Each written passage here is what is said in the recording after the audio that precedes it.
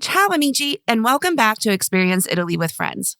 Today we're heading to one of the most iconic cities in the world, Rome, the Eternal City. It's a must-see for most travelers to Italy, but it can also feel overwhelming if you don't plan it right. So in this episode, we'll help you think through some of the big questions. Should you go? Where should you base yourself? How long should you stay? And we'll talk about how to get beyond the crowds and clichés to experience the real city. Whether it's your first visit or your fifth, Rome always has something new to discover. Let's get started. Andiamo!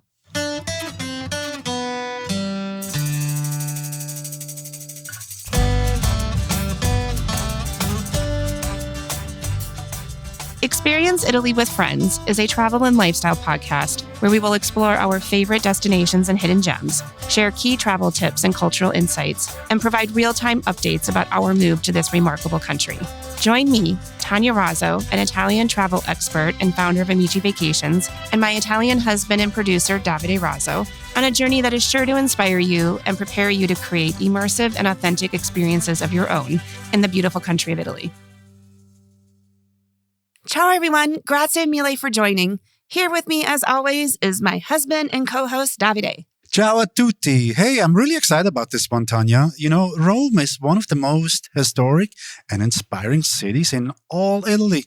I'm really excited too. As we were looking through our episode list, I realized that while the Eternal City is the most common destination that I help my clients plan for, we've yet to talk about it. I know. The Eternal City, like you said, La Città Eterna. I love that name. But Tanya, why don't you tell us why it's called like that? Well, the name goes back to ancient times. The Romans believed their city would last forever, that even if empires rose and fell, Rome's spirit would endure. I think it has. If you think about it, every era has left its mark in Rome. And you walk through Rome, you see ancient ruins, for example, or Renaissance palaces. And you can even see fascist area Mussolini buildings in Rome. So yeah, I think it has. Exactly. And that's what makes Rome so fascinating. It's timeless, layered, and alive. And that's what we'll be talking about today. How to see Rome beyond the headlines. What to see, where to stay, and how to make the most of your time here. All right. But hey, let's start with giving our audience an update on our life here in Montepulciano. Tanya, you start off. Well, we've been soaking up fall and enjoying all that the season has to offer. Yeah, it's, another saga, right? Last time we said to our audience that we were going to the Boccacesca festival in Certaldo. And so we did. What did you think of all that?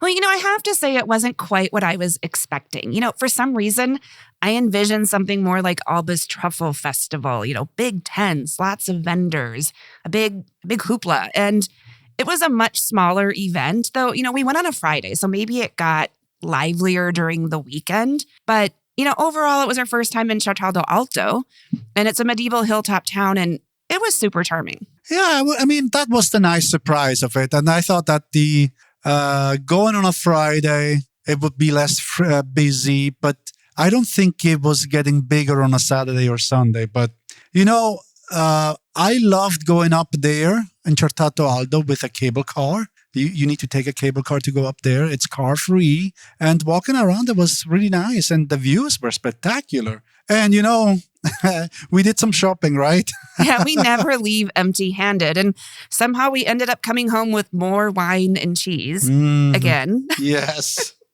Overpriced. Yes. But, beyond that, we've been taking the Vespa out, exploring the countryside, watching the colors start to change. And we've been able to meet up with a couple of clients, quick shout out to the wonderful Boyd and Cutshaw families. Yeah, shout out to them. And also we did, ramp up our property search, which we have neglected a little bit, right, during the summer. And so we saw a little bit more properties, and we saw one that we think, that could be it, right? So yes, right here in the historic centro of Montepulciano. And, I have to say, this has been such a long, drawn out process. But, we were talking, and I think our time maybe has paid off because we realized our requirements kept evolving, and what we were truly looking for wasn't just a property, it was a lifestyle. And it's just taking us a bit, it took us a bit longer to find the right vibe for us. Yeah, I think you're right because, I always envisioned this little house with olive trees and a little garden. And what I always said too is, I don't think I can live in the Centro Storico in Montepulciano. But there we go, right? So anyway, I think we wanted something walkable. We wanted something that with social life, somewhere, where we could be connected to people right away and not, something out there that we have to drive to get connected with people. No, exactly. And, since we both work from home, it's important to be able to step out, grab a coffee, see people. And we travel so much, so low maintenance living is key, something we can just lock up and go. So I think that house up on the hilltop maybe just wasn't the right place. No, but I don't want to give too much away because, there's nothing written down that we get that property. So, but we're going to put an offer down this week. And, well, let's cross our fingers. Crossed. So, that's what life's been like here in Tuscany lately. Good food, good wine, and maybe finally a new home. Mm-hmm. But now let's shift gears and head south to the city that started it all. As they say, all roads lead to Rome. Yeah, andiamo, dai. But, the Eternal City is also a very big city, Tanya. And I can feel, and I can feel a little bit overwhelming, especially when I go there for the first time. So there's much to see and to do. It's hard to know where to start. And, there's the Colosseum, the Pantheon, the Forum, Piazza Navona. Come on. So calm down, Davide. That's exactly what we want to help with today. We'll talk about how to make sense of Rome, where to stay, what to see, and how to experience it authentically, without feeling rushed or overwhelmed. You're always so calm, Tanya. That's why you are the planner. And, I'll just trot along when we go places. So, and therefore, since you are the expert, today I'm going to ask the questions. Are you okay with that? Okay, perfect. You're good at that. And, these are the same conversations I have every week. So it'll be fun to share how we help travelers make Rome feel a little less overwhelming and a lot more personal. Okay, incominciamo. Let's start. Let's start with the simplest question ever. But I think it's the most important one. Should you go to Rome? I mean, Rome is the heart of Italy. And for many travelers, it's one of the largest and most complex destination to plan for, right? What's your take? Well, I absolutely believe everyone should go to Rome at least once. Whether it's your first trip to Italy or your fifth, there's just no other city like it. Not in Italy, not anywhere in the world. And what I love about Rome is that it's ancient and modern all at once. You walk past temples, pillars and grand piazzas. Then you turn a corner and you find a modern cafe buzzing with locals on their lunch break. It's chaotic yet beautiful. And of course, there's the Vatican City, a city within a city. It's filled with art, history, and faith. But what I love most about Rome is that it's not just about the past. It's a living, breathing city. People work, shop, meet for aperitivo, right next to ruins that are thousands of years old. That blend of ancient and everyday life. That's what makes it so uniquely Roman. Yeah, I know. You're right. I mean, you could, for example, you could stand in the Colosseum, and then like 10 minutes later, you could be sipping on an espresso at the neighborhood bar right next to it. Rome is not like you walk through a museum. So, but it is intense in a good way though, Tanya, right? Yes. Anyway, okay. So if someone decides, I'm going to go to Rome, the next big question they're going to have is, where do I stay? And that's not an easy one because Rome is huge and every neighborhood there feels different. And how do you narrow it down, Tanya? So where do you start? Well, you're right. Rome is huge, and choosing where to stay really shapes your whole experience. It's not just about finding a hotel. It's about finding your home base for how you want to experience the city, finding the right vibe for you. And there are literally hundreds of hotels, apartments, and boutique stays across Rome. So it can feel overwhelming to sort through them all, and that's where having some insider guidance really helps. I like to help travelers picture the city as a clock face, my visual again, and so picture a clock with the Pantheon right in the center. And to give you a sense of scale, the Pantheon really is the heart of Rome. Most of the key neighborhoods from the Spanish Steps to Trastevere are only about a 25 minute walk from there. Okay. So, it's a great way to orientate yourself. And once you see it that way, the city starts to make more sense. So let's take a little spin around the clock. Okay. Well, let's start at the heart of it, right? At the center, the Pantheon area. Let's start there. Okay, let's. The historic center, this includes the Pantheon, Piazza Navona, Campo di Fiori, the Trevi Fountain. It's the Rome most people fall in love with. It's the cobblestone streets, beautiful fountains, cafes spilling into piazzas. It's full of energy and history at really every turn. It's right. One of those places where you step out, you're already in the middle of everything. You can grab a cappuccino in Piazza della Rotonda with the Pantheon right in front of you. It doesn't get more Roman than that. No. Exactly. It's super walkable, which makes it perfect for first-time visitors who want to see a lot without constantly hopping in taxis. The trade-off is that it's busy, especially in summer, and hotels can be a bit pricier. But in my opinion, it's worth the premium for that special experience, and you're paying to wake up in the heart of an ancient city. Yeah, but with that, doesn't it come with shops and restaurants that are kind of touristy? Some of them definitely are, but there are also plenty of authentic spots that locals love. You just have to know where to look. And I've been lucky to discover a lot of great places over the years, some through our own visits, others through friends and local guides. So I always make sure my travelers get those insider recommendations. Yeah, lucky them. I know you have nice recommendations for them, Tanya. Yeah. So, hey, but let's continue around the clock. If you move just a little northeast, around to the 1 or 2 o'clock position, you reach the Spanish Steps area. And this is one of my favorites and where I book a lot of travelers. It's elegant, stylish, and just slightly removed from the crowds of the center.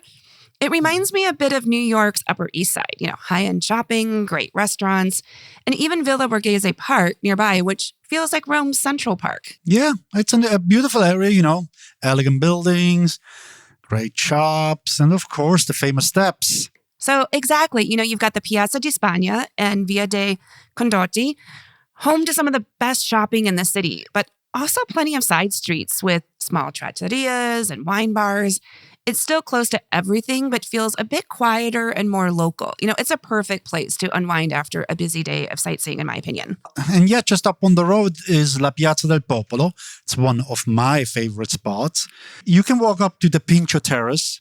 From there, you're going to have the most amazing views in Rome. Yes, that's one of my favorite sunset spots too. And the area has some fantastic rooftop bars, perfect for aperitivo with a view. There are tons of restaurants too, some touristy, some truly excellent. And so it's easy to find something great within walking distance. Okay. All right. So let's move a little further around the clock. Around 3 o'clock, Tanya, we get the Termini area near Rome's main train station. Right, the Termini station. This neighborhood is convenient for transportation and often has cheaper hotels, but it's not an area where I usually book travelers. It just lacks the charm and walkability of the historic areas, and it's fine for a quick night near the station if you need it, but not ideal for experiencing Rome. Yeah, it's very practical, but not exactly what people, imagine what Rome looks like when they get there. But, we learned something about that area, the Termini area. Termini comes from the word terme, which means water source. And, in the Roman times, that's where the people came to bathe themselves. And the building, what's left still today, we went to see it, right, Tanya? Yeah, that was cool. I'm really glad we made that spot. But hey, let's keep continuing around the clock. Just below the Termini neighborhood, around 4 o'clock, is Monti, a neighborhood we just recently spent some time exploring. And, even though we've been to Rome so many times, what I love about it is there is always something new to discover. Monti is central, but it feels local, a little bohemian, creative, and known for its art, fashion, and great food. Yeah, I mean, you're close to the Colosseum, the Forum, but the vibe is, more relaxed. It's perfect if you want to feel part of the city and not just being like a visitor. Exactly. The area right by the Forum can feel a little touristy. But if you go north of Via Cavour toward Piazza della Madonna, it's so charming. Narrow alleys, great restaurants, little wine bars, and a real neighborhood feel. You'll see locals chatting outside, kids playing, people out for aperitivo. It just feels so alive. Yeah, it kind of reminds me a little bit of Brooklyn, It's that mix of history. There's local energy, cool places to eat and hang out. I mean, it's, less polished than the center. I mean, in a good way, right?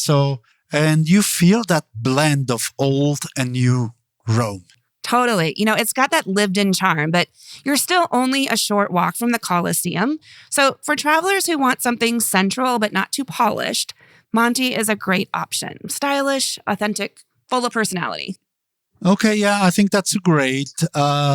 Let's move on to the next part of the city, Tanya. Right. Just south of Monti, you'll find the Colosseum area. And it's incredible to visit, but it's really not my top choice for lodging. Surprisingly, there aren't many good hotels or restaurants, right by the Colosseum, and it's a lot quieter at night. And a bit further south is Testaccio, which has great local food and markets. And, it's worth visiting for dinner, but also a little too removed for most travelers, as a place to make a home base. Yeah, both great to explore. Yeah, but not just the easiest bases. Yeah. Right, exactly. But then just across the river, around 8 to 9 o'clock on our Rome clock is Trastevere, which really feels like a little village of its own. It has narrow lanes, ivy-covered buildings, that beautiful golden light in the evenings, and it's one of the most atmospheric areas in Rome, in my opinion. It's so lively, especially at night. And it's got a great big student population, which gives it this fun, youthful energy, kind of like a Greenwich Village in New York. Yeah, I mean, the small trattorias, music in the piazzas, the people are out late. It's the Rome you see in the movies. Yeah, it's such a great area to spend time, especially in the evening. But it's not where I frequently book a lot of travelers to say, since hotels are limited and, and getting across the river can take a bit more time. But, that said, if you're in an apartment or just visiting for dinner or on a food tour, Trastevere is fantastic. It really captures the city's personality. It's relaxed, social, full of life. Okay, cool. And you have one more area left, right? You're right. Last one. Finally, around 10 to 11 o'clock, we reach the Prati neighborhood. It's just across from the Vatican. It's elegant and residential with wide streets, beautiful architecture, and, a calm local feel. You've got Borgo Pio nearby, a charming little pocket of cafes and shops just outside the Vatican walls. And the last time I was there, I was just like, where did this little neighborhood just pop up out of? I didn't expect that it was going to be there. And, what I really like too is that there's this huge market nearby, the Mercato Trionfale. And this is where the locals shop daily. And I learned it's one of Europe's largest indoor markets. Oh, wow. Okay. Yeah. So, this whole neighborhood, it's perfect if you want a quieter stay or plan to focus on the Vatican. And though it's a little bit further from the main sites. Okay. So you mean great food, less chaos, and a nice place to come back after a busy day? Yeah, exactly. It's calm, elegant, and still very Roman. Okay. Well, that's our little spin around the neighborhoods of Rome. Each one has its own rhythm and personality. And that's something I spend a lot of time on when helping travelers plan. There's no single best place to stay, but there is a right one depending on what kind of experience you want. Yeah, it's exactly. You mean, it depends on what you want your trip to feel like. And, if you want it busy or vibrant or slower, more local, Rome offers it all. Exactly. And, we help our clients match neighborhoods to their travel style, whether that means being steps from a piazza for that morning cappuccino or tucked away somewhere quiet to recharge after sightseeing. That's what makes your time in Rome feel much more personal and memorable. All right. So now that we helped everyone to figure out where to stay in Rome, let's actually see and talk about what to do in Rome. So, because you could plan days from sunrise to midnight and fill it, and you can still barely scratch the surface of it. No, you're exactly right. And, when it comes to sightseeing in Rome, it's easy to feel overwhelmed. The Colosseum, the Forum, the Vatican, the Pantheon, the Trevi Fountain. You could spend a week here and still not see it all. That's why planning with balance is so important, mixing those unforgettable highlights with time to slow down, wander, and really feel the city. Okay, so let's talk about that. Okay, so how we can do it, how to see the musts without feeling like you're, running a marathon. So... Well, first, what I love about Rome is that it's basically an open air museum. You mentioned that before, and you could spend days just walking, surrounded by ancient ruins, the Renaissance palaces and Baroque fountains, and every turn is another layer of history, those eras we talked about. But there are definitely a few key experiences that bring history to life, especially if it's your first visit. Okay, so what's first? Well, one of the best ways to start your trip, I believe, is with an overview tour, by golf cart, e-bike, or private driver. Rome is huge and it's sprawling, and this gives you a sense of orientation right away. You get to see how everything fits together without wearing yourself out. Like we're going to talk about later, there's so many steps you get in when you're wandering around Rome. So, it's just a great way to get an overview. And, I was recently asked about, should we do a hop-on, hop-off bus? And while they do exist, like you see in London, the big hop-on, hop-off buses, but I find the smaller, more personal experiences makes all of the big difference. Those buses can barely get between those small little streets. Okay. When we went to Rome in last December, you suggested to do a golf cart tour. And, I thought you were joking. But, because it sounds so touristy. But then we did it with, we had all of our family there and it was a great hit. So... your guide was so incredible. He was born in Rome, studied history, and he was just so passionate about it, So we learned a lot that day. Yes, I work with vetted guides who really make history come alive, and he's the best. Like, they don't just share dates, they tell stories and legends and the little details you'd never notice, and it made it so fun. And, we traveled with my, parents, they're older. Being able to zip around on a golf cart tour was super, fun for them, and it allowed them to see a lot of the city I don't think they would have been able to get to. Exactly. It was a really nice surprise. I was really surprised positively about that. So, okay. So what's up next? The Vatican, right? Yes. Let's start with the Vatican because it is really one of the top draws to the city of Rome. And what I like to start off with my clients, though, is explaining more about the Vatican City, because we all say, let's go see the Vatican. But what does that really include? And there are different parts to consider. There's the Vatican Museum, with all the art and the historical facts and sculptures. And then there's the Sistine Chapel. Everybody knows about the famous ceiling from Michelangelo. There's the impressive St. Peter's Basilica. It's towering above the skyline. And then there's even the Vatican Gardens. It's massive. Yeah. So what I talk with my clients about is, what parts of this do you want to see? Many of them just assume you need to do all of it. And then once we talk, we tailor it because some want to focus on St. Peter's from top to bottom. Others just want an express tour of the Sistine Chapel. So, it's important to choose the right tour for your interests. And even more importantly, having a skilled guide completely changes the experience. A client just messaged me after their tour this week saying that the last time they visited the Vatican, it was so busy, they couldn't even see the walls sometimes. And their guide this time knew all the little timing tricks. So they were often the only ones in an area and could tailor the stories to their interests. Yeah. The Vatican is a city-state, which is special thing, is that it has its own post office. It has its own currency, even it's the euro, the official currency, but they mint their own coins. So, and they have their own residence there.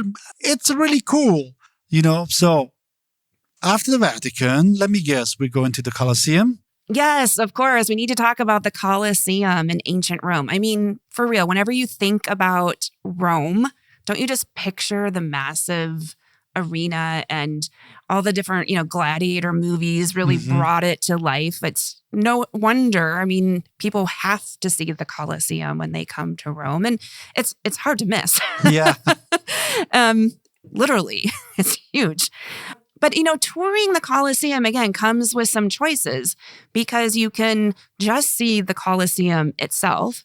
But a lot of tours, you add in the Roman Forum, you add in the Palatine Hill, and there are even some, special access options to consider, like going through the Gladiator Gate or standing on the arena floor. I mean, it gives you a completely different perspective. And there are even some, add-on super site options that you can do if you're really into archaeology and go into the ruins around the Roman Forum. So there are a lot of variations. It's important to understand your options here once again.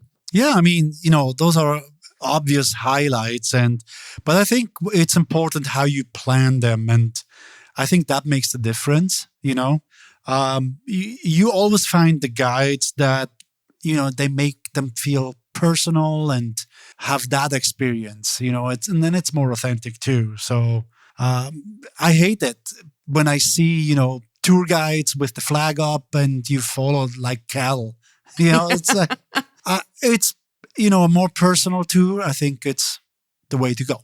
No, exactly. Like, I just hate anytime I see like this huge crowd of people following a tour guide, holding a flag. And while they've got those earpieces in and they can hear it, it really makes it a presentation.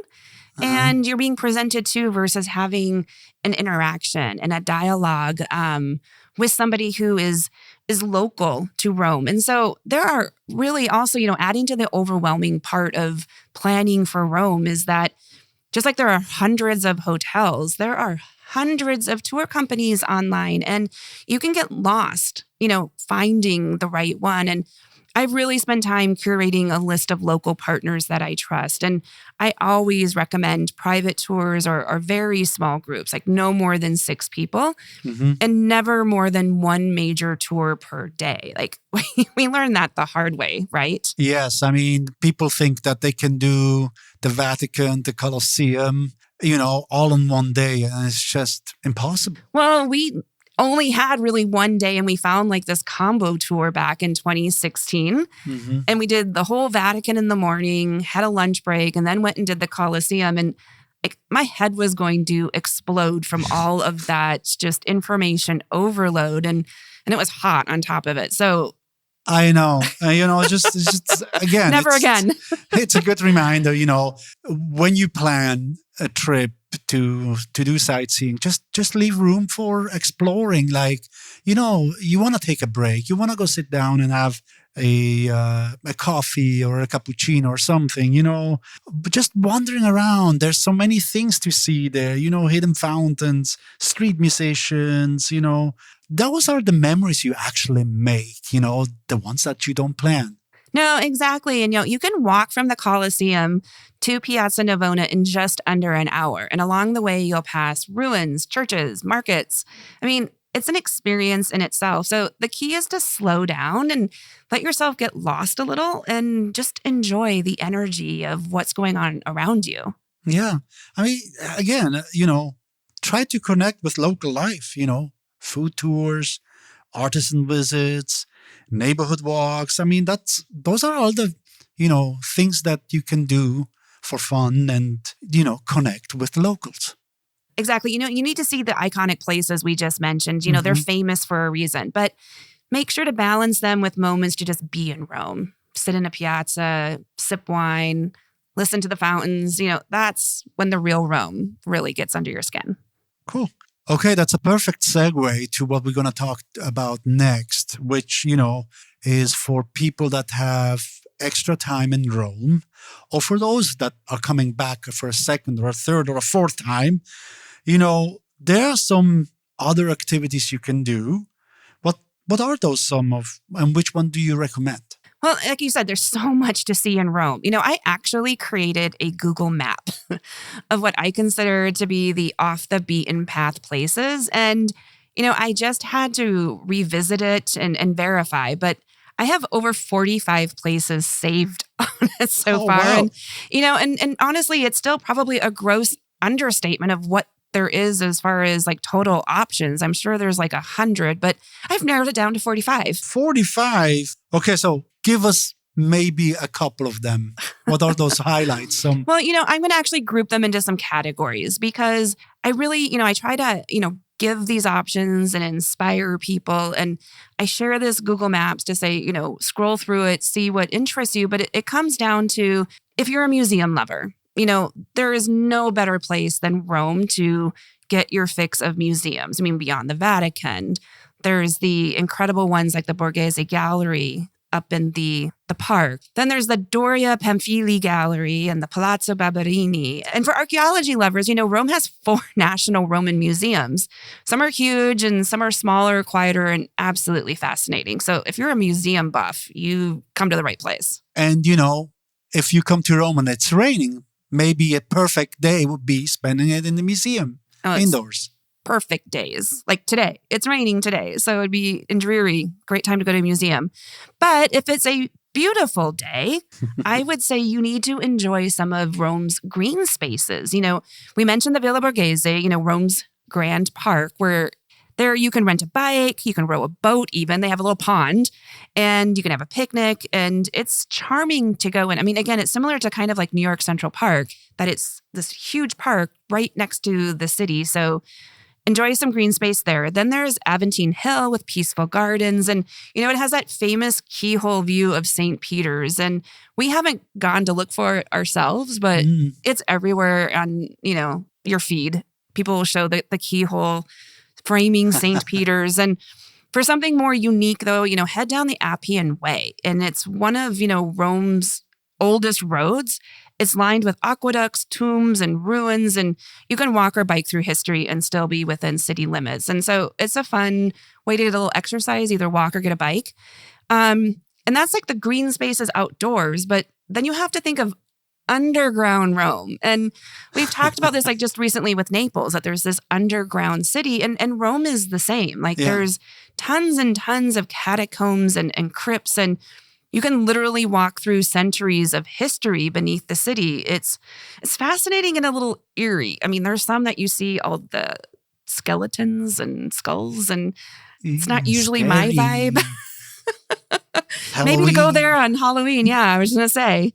And then if you're an archaeology buff, as I mentioned, there are tons and tons of ruins, and you can get what is called like the super pass and see a lot of these connected sites to the Roman Forum and Palatine Hill and elsewhere in Rome. And, last but not least, I can't not mention that there are dozens and dozens of churches and courtyards and palaces filled with amazing frescoes and art. So there is so much to do in Rome. Like you could literally keep yourself busy for weeks, but you got to take it in bite sizes. I've experienced.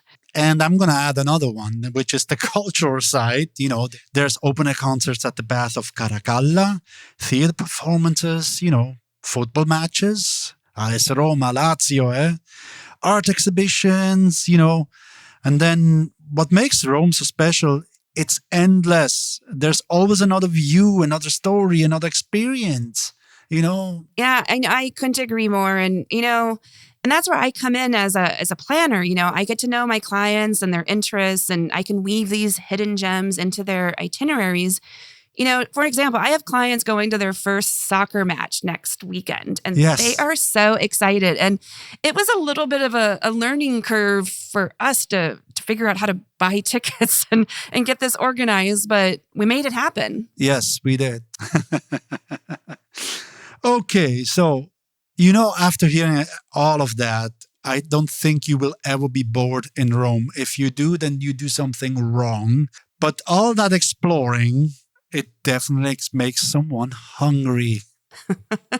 Well, you're in luck because in Rome, eating is an experience. Like you could build an entire itinerary just around food. So let's talk about that next. What to eat, where to eat, and how to really taste Rome. All right, you got me at food. That's my favorite topic. I know. I made sure we included this for you. So let's talk about what makes Roman food so special. Okay, so Rome's food is actually very simple. It is bold and full of flavors. It's what we call the cucina romana. The food, it's rooted in tradition, using just a few ingredients, but done perfectly. So let's start with pasta because that's where Rome really shines, in my opinion, okay? So there are 4 dishes that define the city: cacio e pepe, carbonara, amatriciana, and gricia. 4 dishes that I always mix up.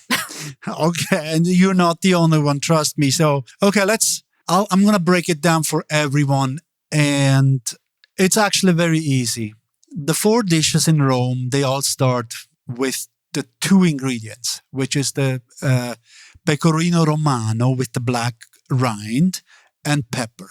Then to make a cacio e pepe, you just add pasta water, and it makes it creamy. You just need to be a little bit skilled. Next is the grigia, which it has the same ingredients again, the 2, plus you add guanciale, which is the pork cheek. So that makes it then the grigia. And then, so from there we go 2 different ways. One, you can go with adding eggs, which it makes the classic carbonara. Okay, I'm with you. So, and then the other, if we go the other way, you add tomato sauce and you make the amatriciana. So you have a tomato-based pasta in Rome. Okay. What about cream, Davide? No, Tanya, there's no cream. Even though a chef in Italy, it was the first guy who actually wrote down the recipe. He added cream and he added bacon instead of guanciale. But in Rome, they perfected it. There's no cream and they use guanciale because it's tastier. Okay. Then I'm going to add a 5th unofficial one. Okay, let's hear it. Okay, so... Is this a Davide creation? No, it's not a Davide creation. It's a Roman creation called la zozzona, which you take all of the ingredients and put them together. So there's pecorino cheese, pepper, guanciale, eggs, and the tomato sauce. Wow, that is one hearty dish. Yes, it is. Okay, Davide, I cannot help but want to bring up the topic of fettuccine Alfredo. Oh my God. I mean, It is such a beloved dish in the US, and everyone believes strongly that it comes from Italy and is an Italian dish. So help clear up the rumor. Does it exist or does it not exist?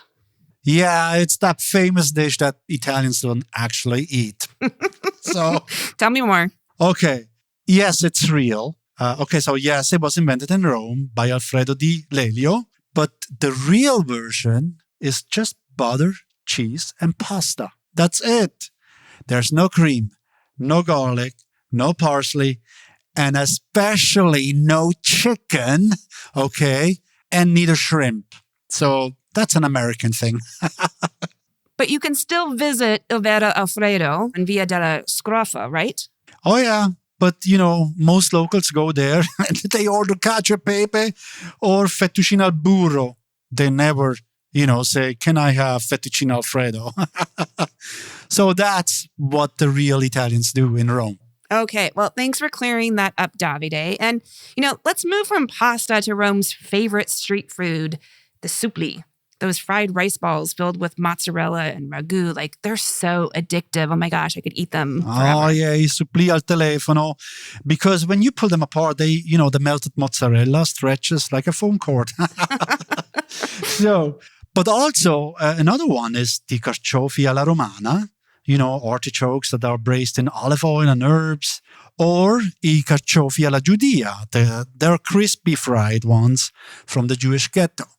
And we would be remiss if we did not talk about pizza. Okay. Right? I mean, we talked about this in our pizza episode, but pizza in Rome is its own thing. It's not the thick Neapolitan crust, but it has like thin, crispy crust. And you can go into many of these little pizza shops at pizzeria that you get pizza Italia, and they cut it with scissors at the counter. And it's a perfect quick bite between sightseeing stops. Yeah. Great for savior lovers. But if you're a sweet lover, I would recommend to stop by a pasticceria and get a maritozzo, which is a sweet brioche bun filled with whipped cream. That thing is totally dangerous, if you ask me. No, it's huge. Like it's almost like a donut split in half, filled with like a ton of cream. And, our friend Stefano says like he can't wait to have one every time he goes to Rome, but it's definitely a snack. Yeah. A snack or a breakfast thing? I don't know. You pick. But beyond the dishes themselves, what I love about eating in Rome is the atmosphere. Whether it's a family-run trattoria in Monti, a cooking class, or a food tour in Trastevere, or, one of my favorites is an aperitivo on a rooftop terrace, overlooking Piazza Navona. Every meal feels like a celebration. And yeah, I mean, that's where the local knowledge makes a difference. And you know which spots are really worth it. So not the ones with the pictures on the menu. Exactly. As we mentioned, Rome has tons of hotels. It has tons of tours. And now it has like thousands of restaurants. And not all are created equal. And we've slowly been curating our own list of favorites. And I'm always adding new ones, that we discover, that local friends tell us about, that our guides tell us about. And it's one of the best parts of the job, tasting for all of that research. I know. This is my favorite part of our job.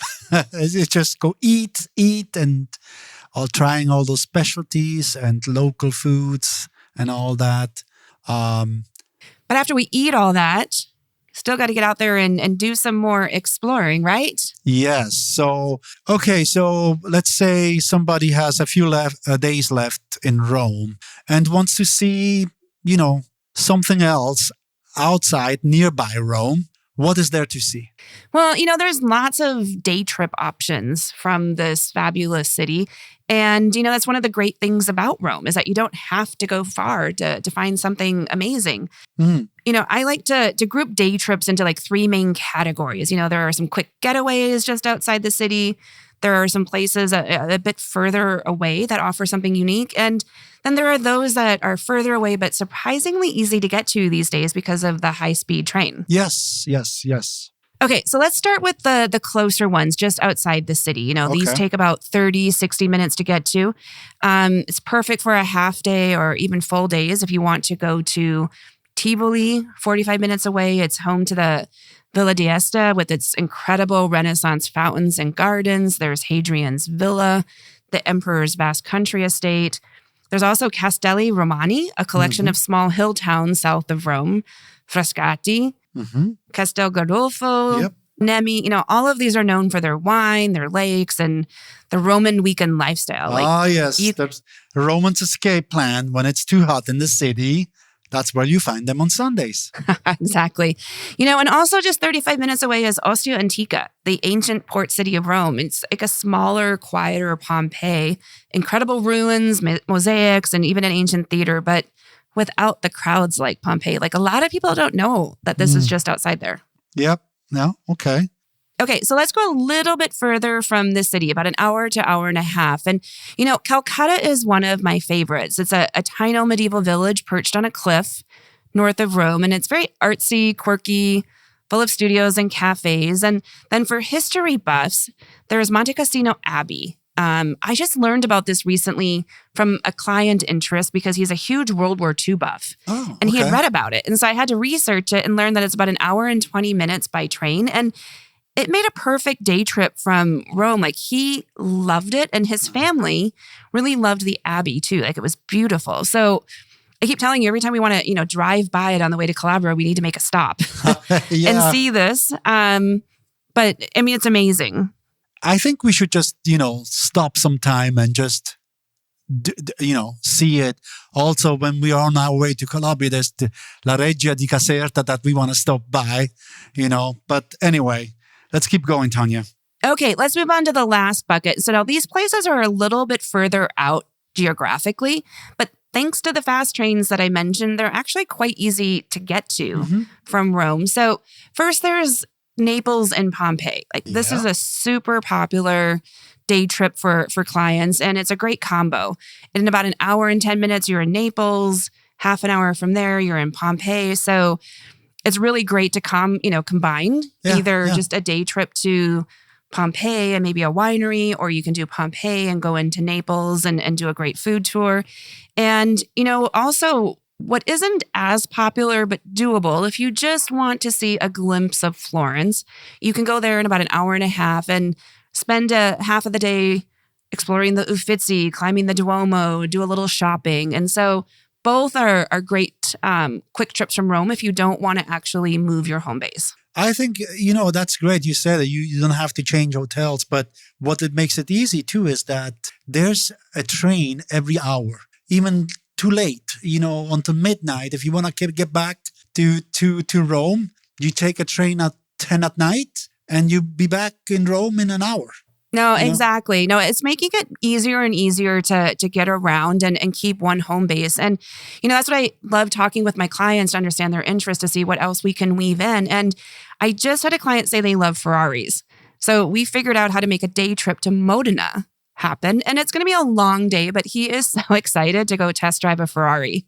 Yeah, I remember we did that in 2016. We went to Modena. We saw both Ferrari museums. We did not test drive a Ferrari.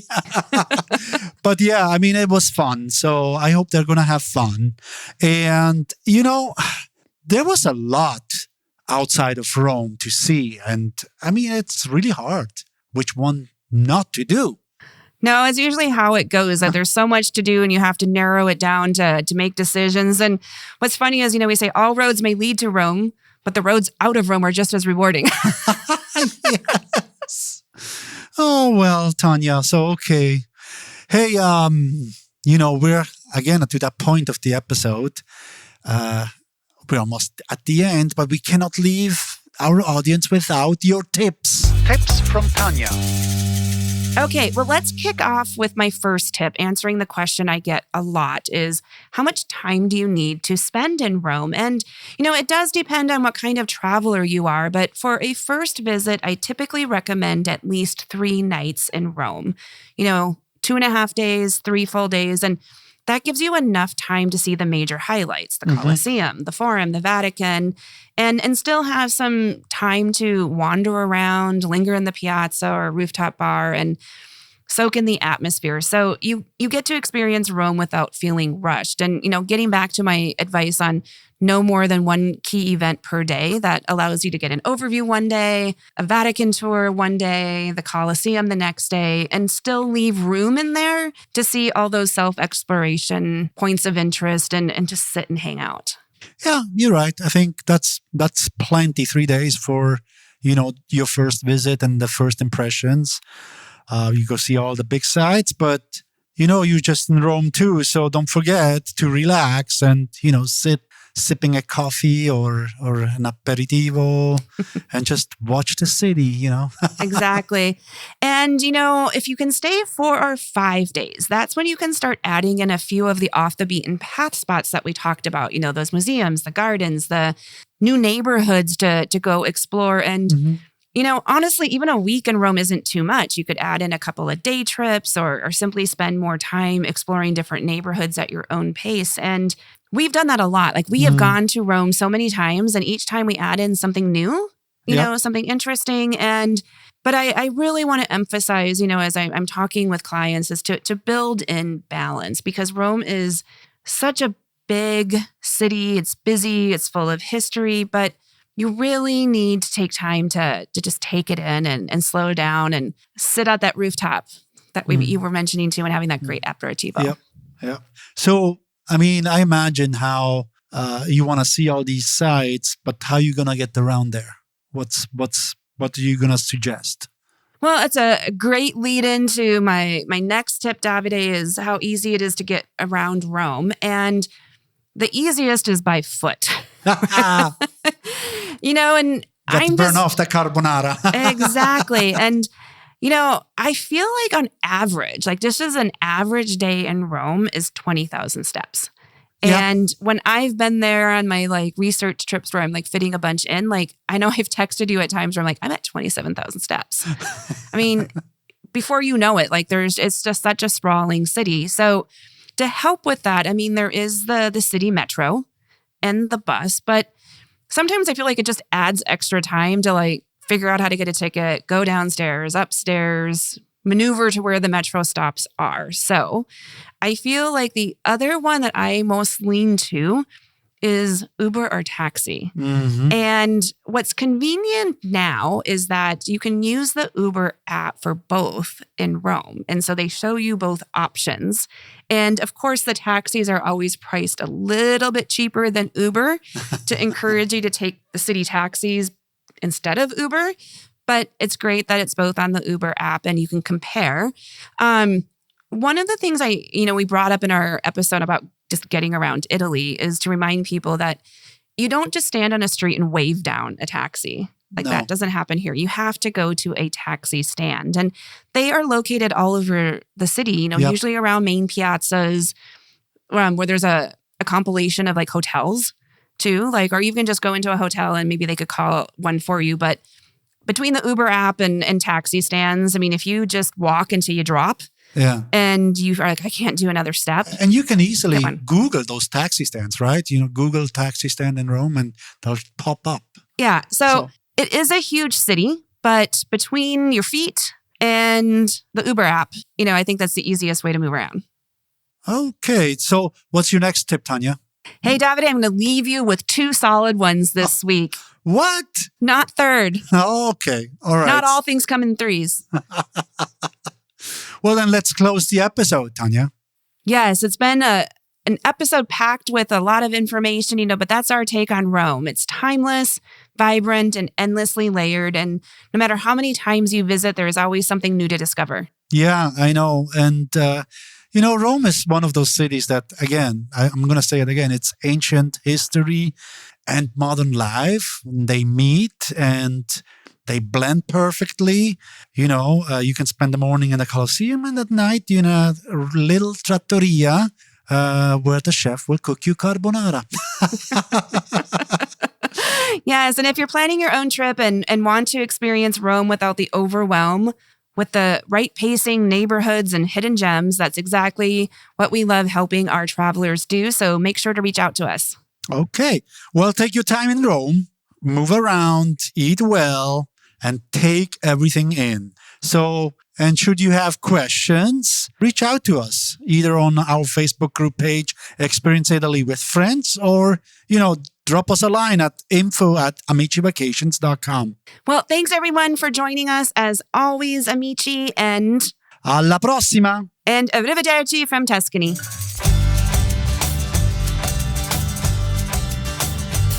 We hope you've enjoyed Experience Italy with Friends. If you like the podcast, remember to follow us and leave a review letting us know what you found to be the most helpful. And if you want expert advice or assistance in creating your own immersive and authentic experience in Italy, visit us at www.amicivacations.com.